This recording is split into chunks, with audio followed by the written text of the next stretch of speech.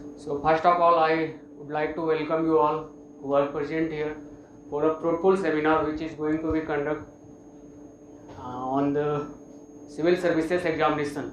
I think first of all you should clap for yourself that you all are very unique person who are present here, because so many people are wandering on this earth on road, but few of them are just sitting here.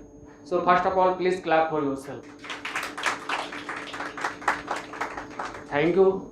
And if you know, once the black president of South Africa has said, education is the strongest weapon of this world through which you can change the world.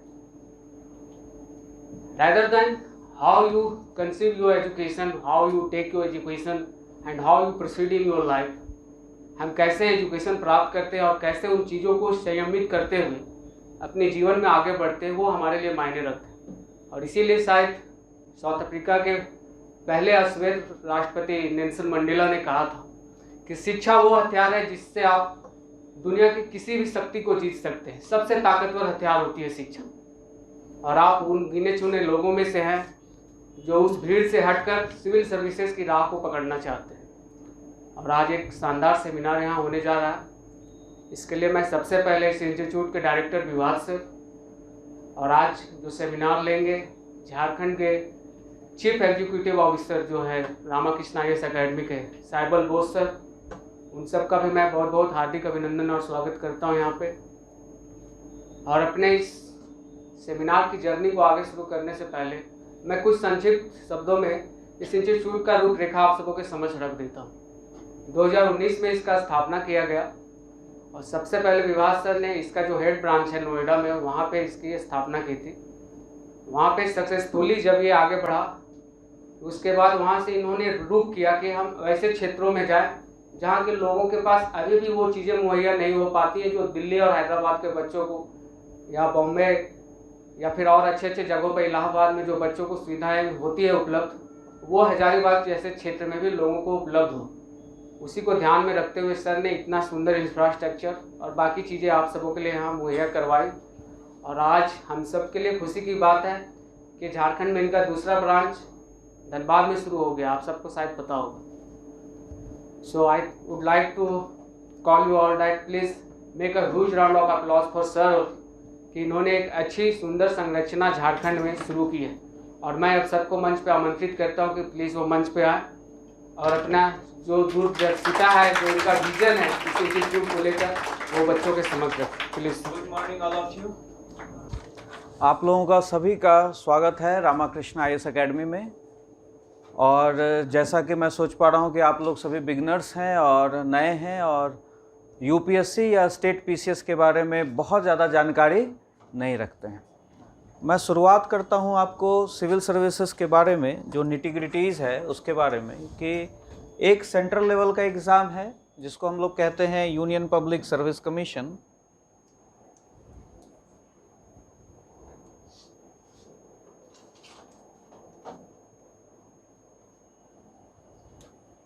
ये क्यों नहीं हो रहा है sir?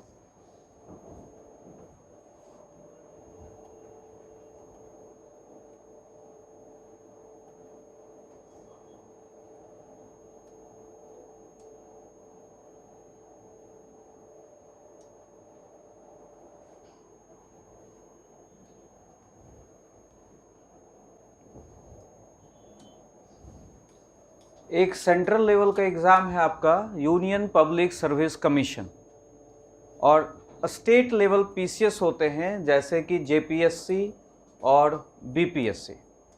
इसके अलावा और भी एग्ज़ाम होते हैं, एमपीपीएस राजस्थान, हर एक राज्य के अलग एग्ज़ाम होते हैं और सेंट्रल लेवल का अलग एग्ज़ाम होता है।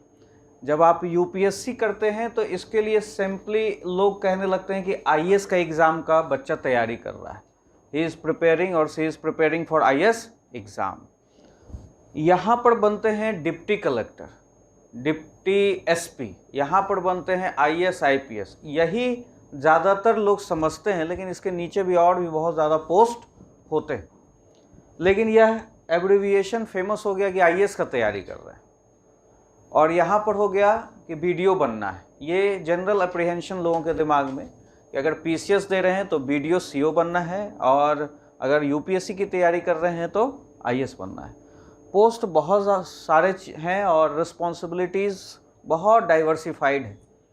आप लोगों को उसके बारे में बहुत ज़्यादा जानकारियाँ नहीं होती हैं।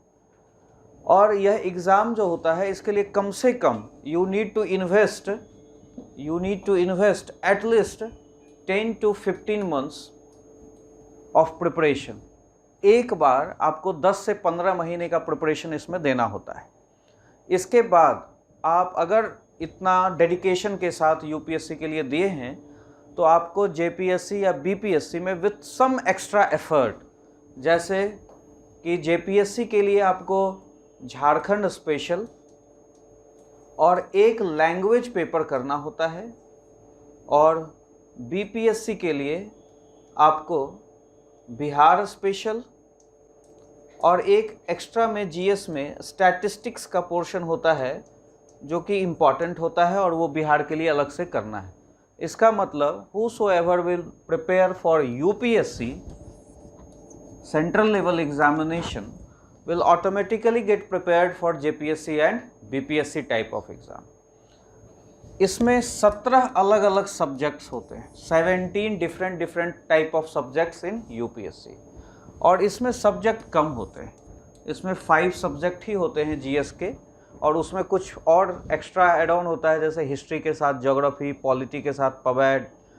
बहुत ज़्यादा सिलेबस इसमें वास्ट नहीं। यहाँ पर जो लोग 17 डिफरेंट सब्जेक्ट्स पढ़ लेते हैं उनके लिए ये चीज़ें आसान हो जाती हैं। तो तैयारी कैसे करनी चाहिए, अगर किसी के भी दिमाग में सिविल सर्विसेज है और वह यह सोच रहा है कि हमें तैयारी करनी है, तो उसको सबसे पहले यूपीएससी का तैयारी करना चाहिए। और यूपीएससी अगर तैयार हो जाता है तो उसको थोड़ा थोड़ा एक्स्ट्रा एफर्ट डालना चाहिए जेपीएससी और बीपीएससी के लिए। इस तरह से साल में अगर एग्ज़ाम हो रहा है, आपने 12th के बाद या ग्रेजुएशन में हैं, या जब से आपने प्रिपरेशन स्टार्ट किया और धीरे धीरे आप आगे बढ़ते जा रहे हैं, ग्रेजुएट हो गए, तो ग्रेजुएट होने के ठीक बाद कम से कम आपके पास 3 एग्ज़ाम ये हैं जिसका एक साल में आप तीनों में अपीयर हो सकते हैं। हो सकता है कि किसी में फेल हुए तो आप दूसरे के लिए भी अपीयर हो सकते हैं। तो आपकी पॉसिबिलिटीज़ बढ़ जाती है नंबर ऑफ अपीयरेंस की, आप एग्ज़ाम में ज़्यादा अपीयर हो सकते हैं। क्योंकि यहाँ देखिएगा कि झारखंड में अगर कोई सिर्फ जेपीएससी के लिए तैयारी कर रहा है तो 4 साल से वैकेंसी नहीं आ रही है, तो बच्चा जेपीएससी के लिए तैयार हो जाने के बाद भी क्या है, वो घर में बैठा हुआ है। तो यहाँ पर उस बच्चे का नुकसान हो जाता है। अगर आप यूपीएससी की तैयारी किए हैं, आप छोटे छोटे और भी एग्ज़ाम, जिसको मैं प्लान बी कहता हूँ, जैसे आप टीचर का या असिस्टेंट प्रोफेसर का, ये सब का भी एग्ज़ाम का तैयारी साथ साथ में कर सकते हैं।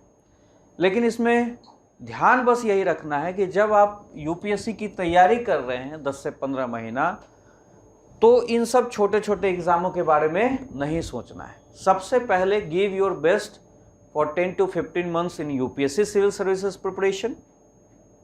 Then you need to prepare extra these things for these exam. इन छोटे छोटे चीज़ों को अलग से तैयार करके रख लीजिए, और उसके बाद प्लान बी भी बैकअप में होना चाहिए। अगर आप ग्रेजुएट हो गए तो आप बीएड कर लीजिए, आप नेट कर लीजिए। नेट होता है नेशनल एलिजिबिलिटी टेस्ट, जिसको पास करने के बाद आप प्रोफेसर बनते हैं। तो इस तरह से आपका कैरियर में वैक्यूम नहीं आता है, आपका कैरियर आगे बढ़ते जाता है। हम लोग यहाँ पर जो ये सेमिनार आपको लेने के लिए बिठाए हैं, इसका सिर्फ एक पर्पस है कि आपको अपॉर्चुनिटीज़ के बारे में पता हो। कोई आता है कहता है कि हमें जेपीएससी की तैयारी करनी है, कोई आता है कहता है कि हमें प्रीलिम्स का तैयारी करना है, मेंस का बाद में करेंगे जब प्रीलिम्स पास कर लेंगे तब। लेकिन वो इस बात को नहीं समझ पा रहा है कि जब हम किसी सब्जेक्ट की तैयारी करते हैं, अगर इकोनॉमिक्स पढ़ते हैं या पॉलिटी पढ़ते हैं, तो इकोनॉमिक्स को अगर हमने अच्छे से पढ़ लिया तो उसी से हमारा एमसीक्यू जो प्रीलिम्स में आता है वो हमारा क्लियर हो जाएगा। और अगर हमने डिटेल में सब्जेक्ट्स पे कमांड किया हुआ है तो जो आंसर राइटिंग होगा उससे हम अपना आंसर राइटिंग भी कर सकते हैं। तो बहुत ज़्यादा बच्चों में मिथ है कि हमें प्रीलिम्स मेंस अलग करना चाहिए, हम पढ़ने में कमज़ोर हैं तो हमें जेपीएससी करना चाहिए, स्टेट पीसीएस करना चाहिए, हम यूपीएससी नहीं कर पाएंगे। तो जिनके भी दिमाग में ये आ रहा है कि हम नहीं कर पाएंगे, वो तो नहीं कर पाएंगे, सही बात है। जिसके दिमाग में ये आ रहा है कि हम कर पाएंगे, वही कर पाएगा। कोई अगर यह सोचता है कि हम 12th में हमारा ख़राब नंबर आया है, ग्रेजुएशन में हम अच्छे से परफॉर्म नहीं कर पा रहे हैं, तो ये सब चीज़ मेरा कप ऑफ टी नहीं है, हम इसको कर नहीं पाएंगे, वो गलतफहमी में।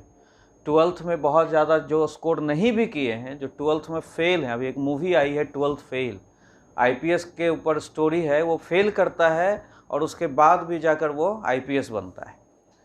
तो जो साधारण बैकग्राउंड से है, साधारण फैमिली से है, जिसका एजुकेशन बहुत हम्बल है, ग्रेजुएशन में बहुत ज़्यादा मार्क्स नहीं आया है, 12th में अच्छा नंबर नहीं आया है, वह भी इन एग्ज़ाम्स की तैयारी कर सकता है।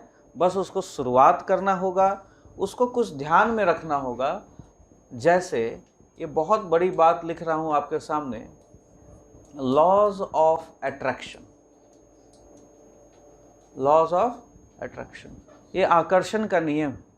आप लोगों ने ओम शांति ओम मूवी अगर कहीं देखी होगी तो उसमें आपने शाहरुख खान का देखा होगा डायलॉग, जिसमें वो कहता है कि जिस चीज़ को चाहो तो पूरे दिल से चाहो तो पूरी कायनात उसको मिलाने का प्रयास करती है। ये सिर्फ मूवी में एक डायलॉग नहीं है, एक कहानी से इंस्पायर्ड होके कुछ देर के लिए मोटिवेट होने की बात नहीं है। यह सच है कि when you really want something, the whole universe will conspire to get you something.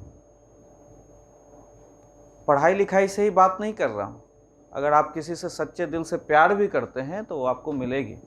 उसके लिए प्रयास करना पड़ता है, उसके लिए डायरेक्शन में प्रयास करना पड़ता है। अब ये नहीं कि दिन भर उस लड़की के घर के आगे चक्कर लगाएंगे तो वो आपको मिल जाएगी, ऐसा तो नहीं होगा। उसके लिए प्रयास करना पड़ता है। उसके लिए जो प्रीरिक्विजिट है, प्रीरिक्विजिट का मतलब मूलभूत आवश्यकता, आप अच्छे पढ़ें, अच्छा स्मार्ट बने, आपके पास घर हो, गाड़ी हो, तो वो भी मिल जाएगी। और अगर आप अच्छे से पढ़ रहे हैं तो नौकरी तो कोई बहुत बड़ी बात है नहीं। तो सभी चीज़ अपने आप रास्ते में आते जाता है, लेकिन इसके लिए ज़रूरत है पॉजिटिव थॉट्स का, पॉजिटिव होना। लॉज ऑफ अट्रैक्शन तभी काम करेगा जब आप पॉजिटिव हैं, जब आप चाहेंगे कि नहीं हम कर लेंगे। ये आपके आसपास कुछ ऐसे लोग होते हैं नेगेटिव, जो आपको डिस्करेज करते हैं और वो कहते हैं कि तुमसे सिविल सर्विसेज नहीं होगा, तुम्हारा तो 10th में क्रॉस लग गया था, तुम ये नहीं कर पाओगे। और इस तरह से जब हमें बार बार तुम लड़की हो तुम नहीं कर पाओगे, ये भी बात है। अगर लड़का है, पढ़ने में भले ही बोतल है, लेकिन उसके पेरेंट्स उसको इनकरेज कर रहे हैं कि जाओ बेटा तुम पढ़ो। लेकिन अगर लड़की है और वो पढ़ना चाहती है तो उसको भी डिस्करेज किया जा रहा है कि तुम मत पढ़ो।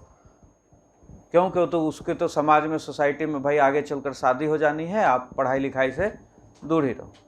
तो नकारात्मकता जहाँ भी होती है वहाँ ये चीज़ें काम करनी बंद कर दी। आपने अगर किसी चीज़ को गोल बनाया और उसके लिए आप प्रयासरत हैं, उसके लिए आप कंसिस्टेंट हैं और उसके लिए फियरलेस एटीट्यूड से काम कर रहे हैं, ये बहुत ज़रूरी है। Consistent effort and fearless attitude. डरना नहीं है, बीच बीच में डर आता है। जब भी कभी भी आप प्रिपरेशन करते हैं तो सारा सब्जेक्ट, इकोनॉमिक्स, पॉलिटी, हिस्ट्री, बहुत सारे सब्जेक्ट पढ़ने होते हैं और सभी सब्जेक्ट्स पे आपका बराबर कमांड होता नहीं है। तो जब बराबर कमांड नहीं है, कुछ ऐसी चीज़ें, मुश्किल चीज़ें आएंगी जिसको हम समझ नहीं पाएंगे, डर लगता है, फिर किताब कॉपी हम लोग बंद कर देते हैं और फिर छोड़ देते हैं, और वहीं छोड़ने में फिर सारा नुकसान हो जाता है। सारे सब्जेक्ट्स में आपको पीएचडी करने की ज़रूरत नहीं है। कुछ सब्जेक्ट्स में अगर नहीं भी हो रहा है तो the most important relevant things हमें उस सब्जेक्ट्स में करना है। उसके लिए आपको एक बेटर गाइडेंस की ज़रूरत होगी कि क्या पढ़ें, अपनी स्ट्रैटेजी बनानी होगी कि जो चीज़ हमें मुश्किल लग रहा है उसमें किस चीज़ को एग्ज़ाम में बार बार पूछा जा रहा है, हम किस चीज़ को पढ़ें कि हमारा एग्ज़ाम निकल जाए, ना कि हमें सब कुछ आना चाहिए। अगर यह दिमाग में है कि हम सब कुछ कर लेंगे तो वो सब कुछ कंपटीशन में पॉसिबल नहीं।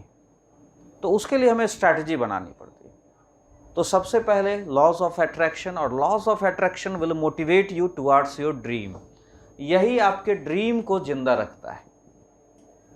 जब आप पॉजिटिव थॉट से आगे बढ़ते हैं तो आप एक ड्रीम को, एक विजन को लेकर आगे बढ़ते हैं। ये आपको आपके इस ड्रीम को जिंदा रखने में मदद करेगा। पॉजिटिव थॉट या मोटिवेशन वाला कुछ फैक्टर कि why you want to become an IAS officer, what you want from your life, आप क्या चाहते हैं। सभी लोग अपनी ज़िंदगी जीते हैं। You need to different from all others. If you are preparing for civil service examination, आपको कुछ अलग होना होता होगा। देखिए, अभी आप लोग आकर यहाँ बैठे हैं, सुन रहे हैं, बहुत सारे लोग सड़क पे घूम रहे हैं, बहुत सारे लोग कॉलेज से घर चले गए होंगे, लेकिन जो भी कुछ लोग आए हैं उनको कुछ यहाँ पर एक्स्ट्रा मिल रहा है। वो आपके लाइफ में कुछ ना कुछ चेंजेस लाएगा। जब आप अच्छे लोगों से मिलते हैं, अच्छा पढ़ते हैं, तो you will become different person. आप में कुछ अलग क्वालिटीज़ आ जाते हैं। बहुत ज़्यादा जब आप पढ़ते हैं ना, तो उससे कुछ ना कुछ चीज़ें आपके लाइफ को परिवर्तन लाती हैं। आपका डिसीज़न मेकिंग बहुत आसान हो जाता है। आप एक पत्नी के रूप में, बेटे के रूप में, बेटी के रूप में, वाइफ के रूप में, भाई के रूप में आप डिसीजन भी अच्छा लेने लगते हैं, अगर आप इतनी सारी चीज़ें, अच्छी अच्छी चीज़ें पढ़ते हो। तो पहली बात तो यह सोचना है कि हमारा आज का दिन कैसा हो। तो हमें ये काम करना है, हमें ये पढ़ाई करनी है, हम उसको पूरा करेंगे। हमें IAS बनना है, हमें जॉब लेना है, शादी करनी है। सबके लाइफ में ये फेजेज आते हैं। आज का दिन हमारा कैसा हो, आज का दिन हमारा बेहतर हो, आज हमने जो प्लान किया है वो हमारा पूरा होना चाहिए, और धीरे धीरे धीरे आप अपने गोल की तरफ बढ़ते जाते हैं। तो बेसिकली आपका ये ड्रीम जिंदा होना चाहिए। जिस ड्रीम की मैं बात कर रहा हूँ, अगर आपने इसको फिक्स कर लिया, इस गोल को आपने फिक्स कर लिया कि मुझे IAS बनना है, तो इसके लिए जो आपके पीछे इसका मोटिवेशन है वो क्लियर होना चाहिए। ये बहुत बड़ा रीजन है। अगर आपने इसको चूज़ कर लिया तो इसके पीछे का मोटिवेशन आपका क्लियर होना चाहिए। क्यों बनना चाह रहे हैं आप? डॉक्टर ही बनना चाह रहे हैं तो क्यों डॉक्टर बनना चाह रहे हैं? फलाना का लड़का, फलाने की बेटी डॉक्टर बनना चाह रही है तो मैं भी डॉक्टर बन जाऊं। पता चला कि आप पढ़ भी लिए, निकाल भी लिए एंट्रेंस, और जब आप पढ़ने के लिए गए तो आपको खून देख के डर लग रहा है। आप दांत का डॉक्टर बने तो आप सोच रहे हैं कि किसी का गंदा दांत हम कैसे साफ करें। आप नहीं कर पा रहे हैं वहाँ परफॉर्म। तो किसी को देख के ये चीज़ें नहीं होती हैं। ये चीज़ें अपने अंदर से आती हैं कि हमको करना क्या है। आप ब्यूरोक्रेट भी बन जाते हैं। सपोज करिए पुलिस में चले गए, IPS बन गए, और वहाँ जाके जब क्रिमिनल का प्रेशर पड़ने लगा तो आप रिज़ाइन दे के भाग गए। ऐसी भी बहुत सारी स्टोरी है। IAS बनने के बाद डिस्ट्रिक्ट कलेक्टर मैनेज नहीं कर पा रहा है चीज़ों को, उसको पूरा डिस्ट्रिक्ट मैनेज करना है, और वह पूरा डिस्ट्रिक्ट मैनेज नहीं कर पा रहा है। डिस्ट्रिक्ट की बात छोड़िए, वो अपने घर के इंटरनल मामलों से दुखी होकर सुसाइड कर रहा है। ऐसे भी बहुत सारे एग्जाम्पल। बिहार में एक बक्सर के DM हुए जो IAS बनने के बाद सब कुछ, he acquired everything in his life. IAS बन गया, अब क्या चाहिए? द टॉप मोस्ट जॉब जो गवर्नमेंट का जॉब होता है वो उसको मिल गया, और उसके बाद वह जाके ट्रेन की पटरी के नीचे कट के मर गया। अभी एक और है जो कि अपना रिज़ाइन देके एक फिल्मी दुनिया में एक्टर बनने चला गया। अभिषेक मिश्रा नाम है ना, अभिषेक सिंह। तो ऐसे आपको बहुत सारे, इसका मतलब, अरे भाई एक्टर ही बनना था, इसका मतलब आपका विजन क्लियर नहीं था। आपने, या तो आपको काम करने में वहाँ दिक्कत हो रही है, या आप समझ नहीं पा रहे हैं। तो आपका कैरियर ऑब्जेक्टिव के पीछे का मोटिवेशन क्लियर होना चाहिए। और अगर क्लियर नहीं होगा, टीचर बन गए, डॉक्टर बन गए, असिस्टेंट प्रोफेसर बन गए, सारी ज़िंदगी, अपनी ज़िंदगी को आप ढोएंगे। अगर आप हाउसवाइफ बन गए, कुछ भी कर रहे हैं, आपको गिल्ट रहता है। जब आप हाउसवाइफ भी बन के काम कर रहे हैं, आपको गिल्ट रहता है कि मैं कुछ कर नहीं पाई, मुझे ज़िंदगी में एक ही मौका मिला है। उस ज़िंदगी में हम अपने गोल को फिक्स करें, उस ड्रीम को ज़िंदा रखें, और उस पर हम लोग कंसिस्टेंट एफर्ट के साथ काम करें। तो आप लोग सभी घर जाने के बाद सोचिएगा कि मेरा क्या है ड्रीम। मुझे IAS बनना है। अगर बनना है तो आप काउंसलिंग लीजिए प्रॉपर, कैसे इसकी पढ़ाई शुरू करते हैं वो बात करिए इंस्टीट्यूट में आकर, और उस विज़न को लेकर आगे बढ़िए। अगर लगता है कि नहीं हमको कुछ और करना है, उसके लिए भी आप करियर काउंसलिंग लेकर उस गोल को फिक्स कर आगे बढ़े। लेकिन एमलेस आगे नहीं बढ़ना है।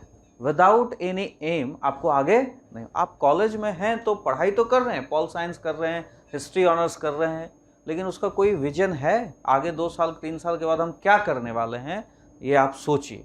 ठीक है, पहली बात मेरे तरफ से ये, आपको अपने अंदर एक सपना देखना होगा और इसके पीछे का मोटिवेशन कि अगर मैं यह सपना देख रही हूँ मुझे आईएएस बनना है तो ये मैं क्यों करना चाह रहा हूँ। ठीक है, इस मोटिवेशन को ढूंढिए। The most powerful factor behind your dream is your motivation. अगर आपका यही क्लियर नहीं है, अब इसमें क्यों आईएएस बनना चाहते हैं? आप लोगों में से कोई आईएएस बनना चाहता है? क्यों बनना चाहता है? कुछ मुझे रीजन बतलाइए। Motivation, why you are motivated towards an IAS officer. बोलिए क्या चाहते हैं, बोलिए बच्चे, क्यों आप आईएएस बनना चाहते हैं? क्या फैक्टर है? पैसा के लिए, पावर के लिए? प्रधानमंत्री फिर क्यों नहीं बन जाते हैं? भारत का सबसे पावरफुल व्यक्ति अभी प्राइम मिनिस्टर नरेंद्र मोदी है। पावर के लिए बनना है तो फिर प्रधानमंत्री भी बनने का सोच सकते हैं। आईएएस ही क्यों? आईएएस के ऊपर तो अकाउंटेबिलिटी भी है, नेता उसको प्रेशर डाल रहा है, ये काम करो ये काम ना करो। वहाँ तो पावर को भी रोकने वाला भी तो कोई है। एक थानेदार के पास भी पावर होता है, वो अपने पावर को बहुत तरीके से यूज़ करता है और थाने में अपना दबदबा बना के रखता है, इलाके में अपना दबदबा बना के रखता है। और कोई मोटिवेशन फैक्टर एक हो सकता है, पावर फैक्टर, और बतलाइए। और बहुत लोग तो पैसा भी कमाना रहता है, बहुत लोग स्टेटस के लिए भी काम करते हैं कि हमारे फादर बाप दादा बहुत अच्छा नहीं कर पाए, हमें समाज में नाम करना है, हमें करना है। कोई और पर्पस, कहीं पर सेल्फ का भी बात रखता है कि मैं इसी जॉब को कर सकता हूँ, मुझे सेवा करना है, सेल्फ सेटिस्फैक्शन मुझे मिलेगा कि जब मैं 2 लोगों का हेल्प करूँगा। सेवा भाव भी होता है, सर्विस भाव भी होता है। कोई यहाँ पर कह देगा कि अगर अच्छी नौकरी नहीं मिलेगी तो मुझे मेरी शादी भी नहीं होगी। कोई किसी का मोटिवेशन क्या है? मैरिज ही मोटिवेशन। इसका मतलब किसी के दिमाग में ये लग रहा है कि अगर मैं बढ़िया परफॉर्म नहीं कर पाया तो आगे जाकर मुझे मेरी शादी भी नहीं हो सकती। तो ये मोटिवेशन फैक्टर है, ये पावरफुल फैक्टर्स हैं, ये आपको जिंदा रखेंगे आपके ड्रीम को। आपको कुछ दिन को बाद लगने लगेगा कि यार जब आप जॉब ज्वाइन करेंगे आईएएस का तो आपको क्या लगेगा ना कि यार मेरे से तो ज़्यादा ताकतवर आदमी है यहाँ। ये छोटा सा जो एमएलए होता है वो आपको आकर धमकी दे देगा, तो फिर आप कहेंगे कि अब मैं एमएलए बन जाता हूँ। इसका मतलब once you get an IAS और ए डिप्टी कलेक्टर पोस्ट, आपका ड्रीम मोटिव क्या हो जाएगा? फिर चेंज हो जाएगा कि अब मुझे एमएलए बनना चाहिए। अब मुझे देखते हैं ना, बहुत लोग आईएएस की नौकरी छोड़कर इलेक्शन में भी खड़े होते हैं। तो इससे अच्छा है कि अगर पावर ही चाहिए तो फिर प्रधानमंत्री बनने की शुरू से तैयारी करेंगे, शुरू से नेतागिरी करेंगे। आपको अगर स्टेटस चाहिए, रुतबा चाहिए, आज अनिल अंबानी मुकेश अंबानी से ज़्यादा स्टेटस किसी का है? 500 करोड़ का तो वो बीवी को गिफ्ट देता है। तो स्टेटस ही बनाना है, पैसा है तो स्टेटस है। आपके पास बड़ा घर होगा, बड़ी गाड़ियाँ होंगी, नौकर चाकर होंगे, तो आप कुछ एंटरप्रेन्योर बनने की तैयारी कीजिए। आप उद्यमी बनिए, आप पैसा भी कमाएंगे, स्टेटस भी आएगा। ये पैसा भी बिजनेस कर रहे हैं, पैसा आ रहा है, नेता बन के भी पैसा कमा रहे हैं। आपका जो आपको इनर मोटिवेशन देगा, आपके जो ड्रीम को अलाइव रखेगा, वो आपका सेल्फ होता है। आप किस चीज़ में खुश हैं। बहुत ज़्यादा पैसा भी कभी कभी किसी को काटने लगता है, बहुत ज़्यादा पैसा होने के बाद भी वो खुश नहीं। आपको खुशी किस चीज़ में मिल रही है, यह आप ढूंढिए कि उस जॉब करने में, उस जॉब प्रोफाइल में मुझे खुशी है या नहीं। आपका सेल्फ क्या कहता है, आपकी आत्मा क्या कहती है। अब आत्मा से तो आप लोग मिले नहीं होंगे, बात किए नहीं होंगे, कभी देखे नहीं होंगे। देखना पड़ता है, सोचना पड़ता है, कभी कभी बंद कमरे में बैठकर एनालिसिस करना पड़ता है, जहाँ पर जब इनर सेल्फ से आप बात करेंगे तो आपको पता चलेगा कि आप चाहते क्या हैं। उसको बोला जाता है, फिलॉसफी में एक टर्म है उसके लिए, साक्षी भाव। जब आप साक्षी भाव को प्राप्त कर लेते हैं तो यू विल रियलाइज कि व्हाट यू वांट। आप देखते होंगे ना, लड़के लोग या इन्फैचुएशन होता है जब कॉलेज में पढ़ते हैं, तो ये भी पसंद आ गई, वो भी पसंद आ गई। शादी किसी से नहीं होती है, शादी 15वीं लड़की से होती है जिसको वो पसंद करते हैं। अगर ऐसा ही होता तो फिर उसी पे पहले पे ही उसको टिक के रहना चाहिए था। इसका मतलब उसको खुशी का पता नहीं है, उसको क्या चाहिए लाइफ में उसको पता नहीं। इसीलिए जॉब आपको क्या करना है, किसमें आपको इनर सेटिस्फैक्शन मिल रहा है, क्यों करना चाह रहे हैं, आपको पूछिए, अंतरात्मा से पूछिए। ये आपके ड्रीम को जिंदा रखेगा और यही मोस्ट पावरफुल फैक्टर है मोटिवेशन, जो आपके ड्रीम को जिंदा रखेगा और आप उसको कंसिस्टेंटली आप काम कर पाइए। नौकरी लोग करते हैं, नौकरी बहुत बड़ी बात नहीं है, पावर पैसा कोई बहुत बड़ी बात नहीं, इनर सेटिस्फैक्शन बहुत बड़ी बात है। हाँ, उसके बाद अगर आप फिक्स हो गए कि मुझे ये काम करना है, अब हम गाड़ी आगे बढ़ाते हैं। तो क्या करना है, कैसे करना है, इसके लिए आपको गाइडेंस चाहिए होगा। इसके लिए आपको क्या चाहिए, गाइडेंस। और गाइडेंस मार्केट में बहुत तरह के हैं। आप देखेंगे कि YouTube पे आजकल बहुत सारे मोटिवेशनल गुरु, सक्सेस गुरु, बहुत सारे लोग हैं, भाषण देते रहते हैं। इनफैक्ट कि कुछ टॉपर्स भी जिन्होंने कोई जॉब एक्वायर कर लिया है, वो लोग का भी वीडियो है। अब आपने किसी को सुना कि कोई 18 घंटे पढ़ रहा है और 18 घंटे पढ़ते हुए ये जॉब निकाल लिया। कोई लड़की कह रही है कि मेरी मम्मी मुझे चम्मच से ही खाना खिला रही थी, मैं तो खाना खुद से खाती भी नहीं थी, मैं तो दिन रात पढ़ते रहती थी। बनने के बाद बहुत सारे लोग अटपटे बात कर देते हैं, कभी कभी रियलिटी, कभी कभी वो बात नहीं। आपने सोचा कि मम्मी तुम मुझे चम्मच से खाना नहीं खिलाती है, पहले मुझे चम्मच से खाना खिलाओ और खाना खाते खाते मैं पढ़ूंगी या पढ़ूंगा। तो बहुत सारी चीज़ें ना यहाँ पर अनरियलिस्टिक होती है, आपको इसको समझना होगा। और हर एक इंडिविजुअल की स्ट्रैटेजी यूनिक होती है। हर एक इंडिविजुअल की स्ट्रैटेजी क्या होती है, यूनिक। आपको पता है कि आपका कौन सब्जेक्ट अच्छा है, कौन सब्जेक्ट खराब। आपको उस सब्जेक्ट पे, किस सब्जेक्ट पे ज़्यादा ध्यान देना है, किस सब्जेक्ट पे कम ध्यान देना है, ये आप ही तय करें। कोई इकोनॉमिक्स अगर 8 घंटे पढ़ रहा है और आप 2 घंटे पढ़कर उसको निकाल लेंगे, तो why you will waste your 6 hours in economy. तो आपकी स्ट्रैटेजी क्या होगी, यूनिक होगी। आपको अपने शॉर्टकमिंग्स, अपने स्ट्रेंथ, अपने वीकनेस पता करने होंगे और उसके साथ गाइडेंस के साथ आगे बढ़ना होगा। और ये गाइडेंस लेने के लिए आपको YouTube पे इस तरह से ढूंढने की ज़रूरत नहीं। इस गाइडेंस को ढूंढने के लिए यहाँ पर एक ट्रू गाइडेंस की मैं बात कर रहा हूँ, कि सही गाइडेंस। आप देखते होंगे घर में आसपास अगर कोई एक जॉब एक्वायर कर लेता है, कुछ अच्छा बेहतर हासिल हो जाता है उसको, तो वो सबको फ्री में एडवाइस देते रहता है, भले ही वो उसका वो एक्सपर्टाइज हो या नहीं हो। घर में आसपास कोई बैंक पीओ भी बन गया तो उसका इज्जत सोसाइटी में क्या हो जाता है, बढ़ जाता है। वो फिर आपको आके 10 तरह का सजेशन दे रहा है और उस सजेशन में आपको आपके लिए चीज़ें नुकसान दे रही हैं। यहाँ पर ट्रू गाइडेंस होना चाहिए। ये आपको एक टीचर से बेहतर गाइडेंस कोई नहीं दे सकता है। आपको एक टीचर ढूंढना होगा, सही मार्गदर्शक ढूंढना होगा, जिसने अपने लाइफ में बहुत बच्चों को बनते हुए देखा है, बहुत बच्चों को बिगड़ते हुए देखा है। यहाँ पर अगर एक सक्सेसफुल स्टूडेंट है, इसने अपनी इंडिविजुअल स्ट्रैटेजी जो भी बनाई होगी, किसी मार्गदर्शक का हो सकता है, इसने भी हेल्प लिया होगा, लेकिन ये स्ट्रैटेजी इसके लिए सूटेबल है, ये आपके लिए सूटेबल नहीं है। आपके कमी को, आपके स्ट्रेंथ को एक टीचर ही समझ सकता है।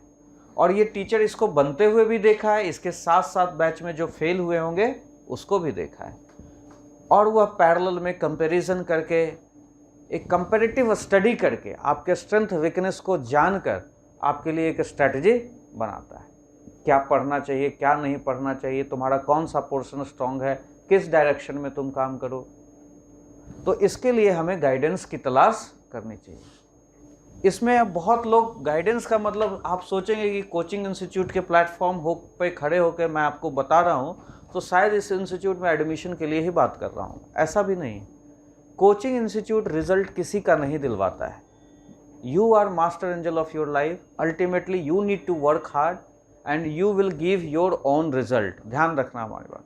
कोई भी कोचिंग में एडमिशन लेने से आपका रिजल्ट नहीं आता है।